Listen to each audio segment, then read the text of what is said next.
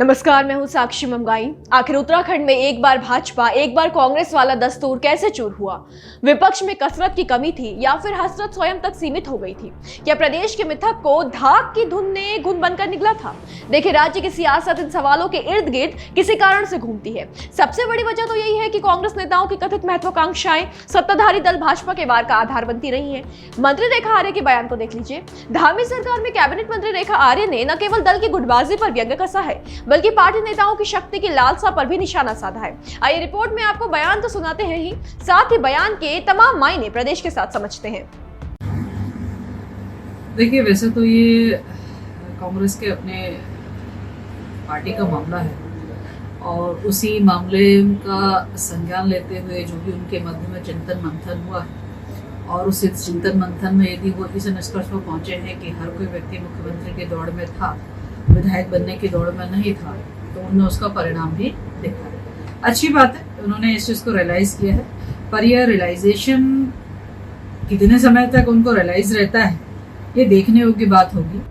महिला सशक्तिकरण एवं बाल विकास मंत्री रेखा आर्य के मुताबिक कांग्रेस का इस तथ्य से परिचित होना और फिर इस बोध के एहसास को बरकरार रखना आवश्यक है कि दल के लोग दरअसल विधायक और मंत्री नहीं बल्कि मुख्यमंत्री बनने के लिए चुनाव लड़ रहे थे। मंत्री आर्य दो टूक इस बात की ओर इशारा करती दिखी कि विधानसभा चुनावों में कांग्रेस के अधिकतर चेहरे स्वयं को सीएम कुर्सी पर आसीन देखने की आशा रख रहे थे।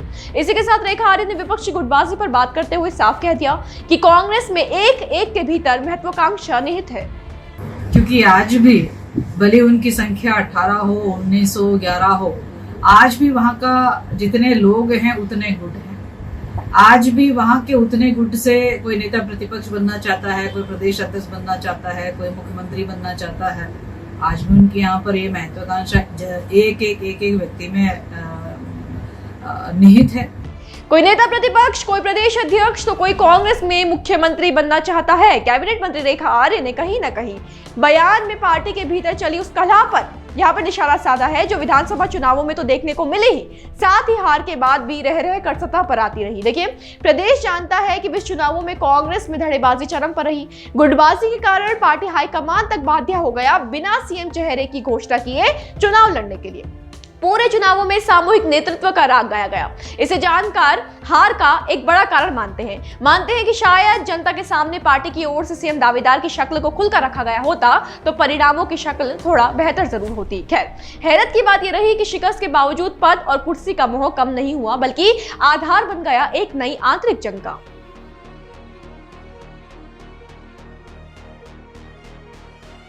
अच्छा, यहाँ पर अंदर घर की जंग का जिक्र इसलिए कर रहे हैं क्योंकि जैसा कि रेखा आर्य ने कहा और जैसा कि हलकों की खबरें कहती है, पद की चाहत अब तक भी दल से समाप्त नहीं हुई है। विधानसभा चुनावों में पहले मुख्यमंत्री कुर्सी के लिए पार्टी में खींचतान दिखाई पड़ी और चुनावों के बाद दल के अहम पदों के लिए सीएम का ताज खोने के बाद सवाल उठा कि प्रदेश कांग्रेस के बड़े दायित्व किसे सौंपे जाए। यहाँ पर एक दफा फिर गुट आमने सामने आ गए। पार्टी के ताकतवर नेता अपने धड़े के लोगों को तवज्जो दिलवाना चाहते थे, लेकिन इसके विपरीत कांग्रेस हाईकमान ने प्रदेश अध्यक्ष के लिए करण माहरा, नेता प्रतिपक्ष के लिए यशपाल आर्य और उपनेता प्रतिपक्ष के लिए भुवन कापड़े का चुनाव करके धड़ेबाजी ही समाप्त करने की कवायद कर दी।